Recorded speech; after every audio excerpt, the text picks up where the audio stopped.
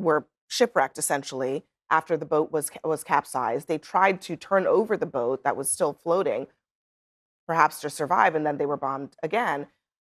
How is that an attempt to get back into the fight? I don't know. And let me just start by saying I don't care, not one bit. Genuinely and wholly do not care about these two men in the boat. We're talking about two people who were clinging to life. How about the thousands of Americans every month that are on the floor in some bathroom clinging to life because of overdoses from drugs that these people brought?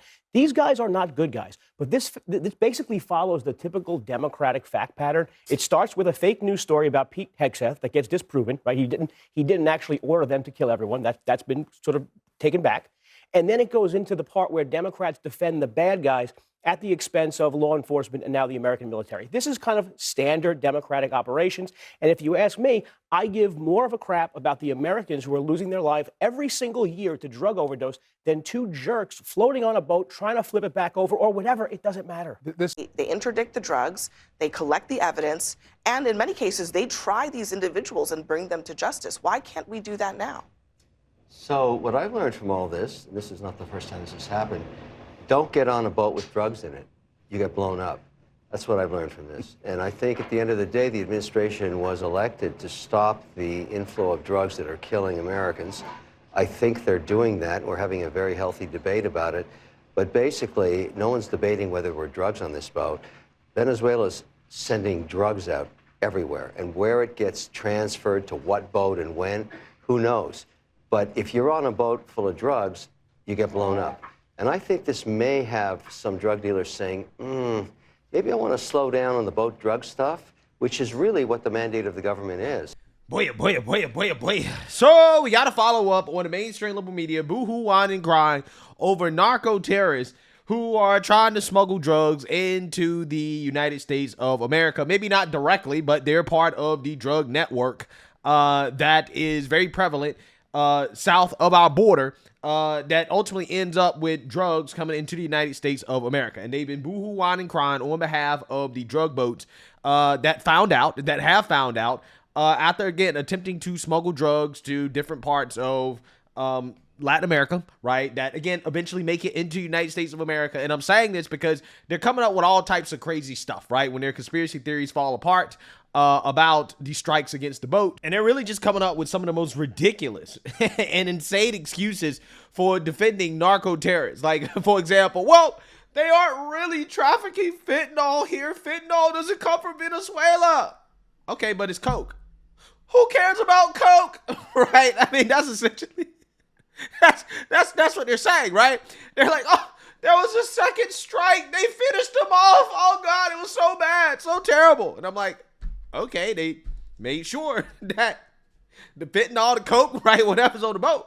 Which, you know, hey, I mean, we have some serious technology. You don't think that the U.S. military can accurately identify if drugs are on the boat? I'm pretty sure that they can, right? And now the new one is, well, they were actually headed to America, right? As if any of these boats actually physically have the ability to make it to the United States of America. That's not the point. They're going somewhere in Latin America, namely probably Mexico, right? Somewhere in Central America in order to drop off the drugs for more processing and distribution. And it ends up in the United States of America, right? That is the point, okay? We're cutting it off before it can get anywhere close to our borders, right? That is the point. And if the whole point of this conflict is to overthrow a socialist dictator in Venezuela, who's on our side of the world, who's under the influence with Russia and China, if the whole point of actually doing this is not just about drugs, if it's about that, I'm cool with that too, right? That's what these people don't understand, right? I believe in the Monroe Doctrine, right? I don't believe that we need to be involved on the other side of the world that much, right? But I do believe that it's important that we protect our own backyard, right? And if we have leaders in our own backyard that do not want to play ball with us, then yeah, we should do something about that, right? I think that is generally something that I support, okay? And you can be mad about it, right? But I just think it's a good thing to exercise influence and power in our own backyard. Every major superpower does this.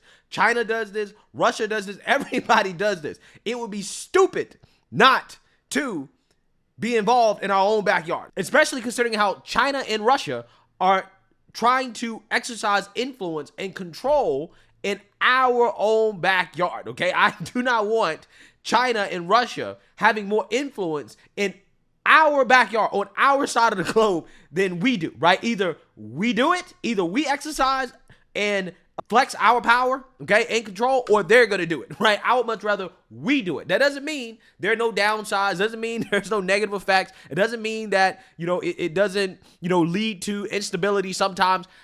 I'm not saying there are no downsides. Everything has pros and cons. I'm just telling you that it's a net positive. It's a net benefit for us, right? It's better than the alternative. I'm not saying it's perfect, just better than the alternative. That's what I'm arguing, okay? So with that being said, Pete Hegseth, the Secretary of War, was actually put on the spot about some of the criticisms from the mainstream liberal media in regards to taking out these narco terrorists. Take a look. Can you take us back to the September 2nd strike off the coast of Venezuela, the very first one when combat operations began in the Caribbean, and walk us through the timeline and your role in it from mission planning, the operation, and the follow-on strikes? Absolutely. So it took us a couple of weeks, almost a month, to develop, and I can't get into sources and methods and all of those things for obvious reasons, but you have to develop the intel picture and get an understanding of what you're looking at. And a lot of our assets, as I talked about in the speech, had been pointing 10,000 miles around at the other side of the world for a very long time. So once we got to the point where a strike was imminent, I had taken the decision responsibility up to my level. Not many military decisions should be made by the Secretary of War. I believe in deferring those decisions to local commanders as much as possible. But because of the strategic implications of the first few strikes, I wanted to hold that decision at my level. And the briefing that I received before that strike was extensive, exhaustive, I would say, as each one is since. On the military side, on the civilian side, lawyers, intel analysts, red teaming, every aspect. What do we know? What do we know about their affiliation? A lot of things I can't share in this room to give us the kind of confidence that we know where this is coming from, who's driving it, who's on it, what their intentions are, where it's all the details you need to strike a designated terrorist organization, which is an important thing to remember at the top of all this. The president has designated these as terror organizations, poisoning and threatening the American people, making them a target just like Al-Qaeda. So in that room, in that moment, it was, I can't even remember exactly how long it would have been, 20, 30 minutes of a preview of exactly what's going on. And my job was to say, execute or don't execute. So I was satisfied with the strike criteria, yes. Saw the strike itself, which all of you have seen.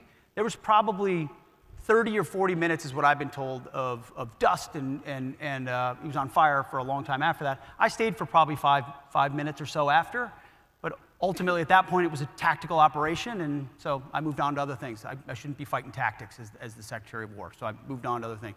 Later on, a couple hours later, I was told, hey, there had to be a reattack because there were a couple folks that could still be in the fight, access to radios, there was a link-up point of another potential boat, drugs were still there, they were actively interacting with them, had to take that read. I said, Roger, sounds good. From what I understood then and what I understand now, I fully support that strike. I would have made the same call myself. Those who were involved in 20 years of conflict, Iraq and Afghanistan or elsewhere, know that reattacks and restrikes of combatants on the battlefield happen often. In this particular case, it was well within the authorities of Admiral Bradley, who's an incredible American, an American hero. And the 22 or 23 strikes since have followed the similar protocol of ensuring we meet the criteria. The decision's not at my level anymore. And then we take the strike. I don't see the problem, right? To be honest with you, I'm like, what are these people crying about? What are they crying about? What are they boo-hoo-wah crying about?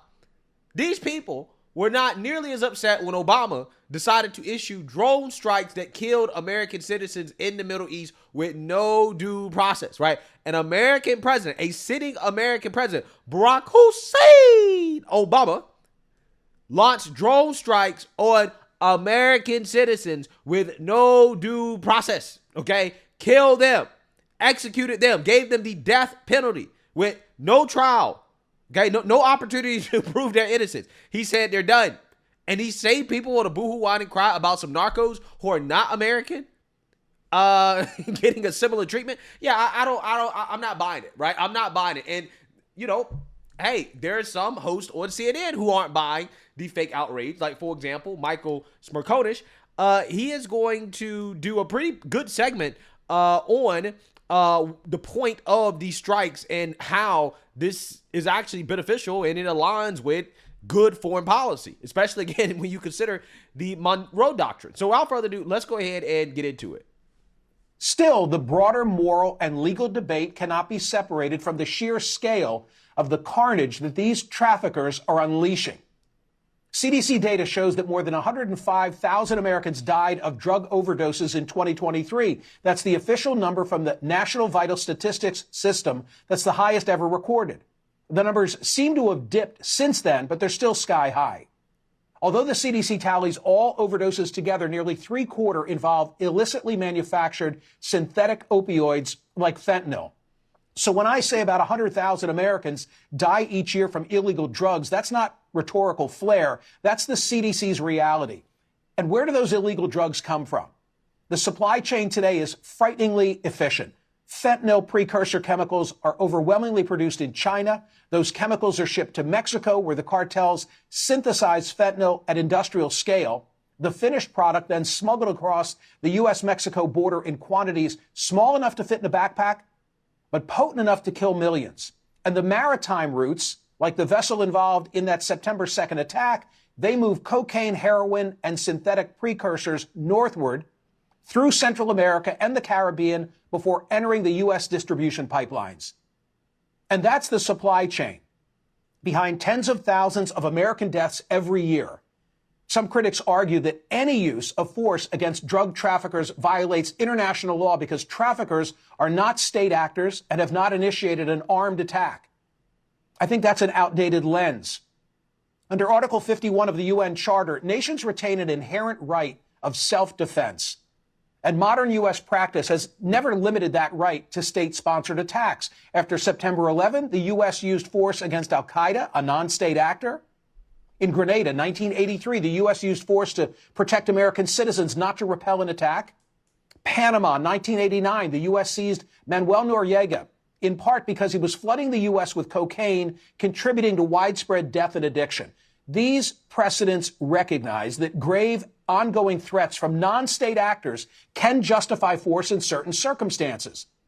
And when the illicit drug supply chain kills more Americans annually than most wars, then I say it's not unreasonable for the United States to view certain interdictions as a form of self-defense. Yeah, I mean, not only is it not unreasonable, it's justified. 100% justified, right? It's the most justified war that we fought in a long time. Again, I mean, we're talking about actual American citizens dying as a result of these drugs coming across the border, right? So if you can fight a war to save American lives, isn't that the point of fighting a war, right? The point is to protect the homeland, right?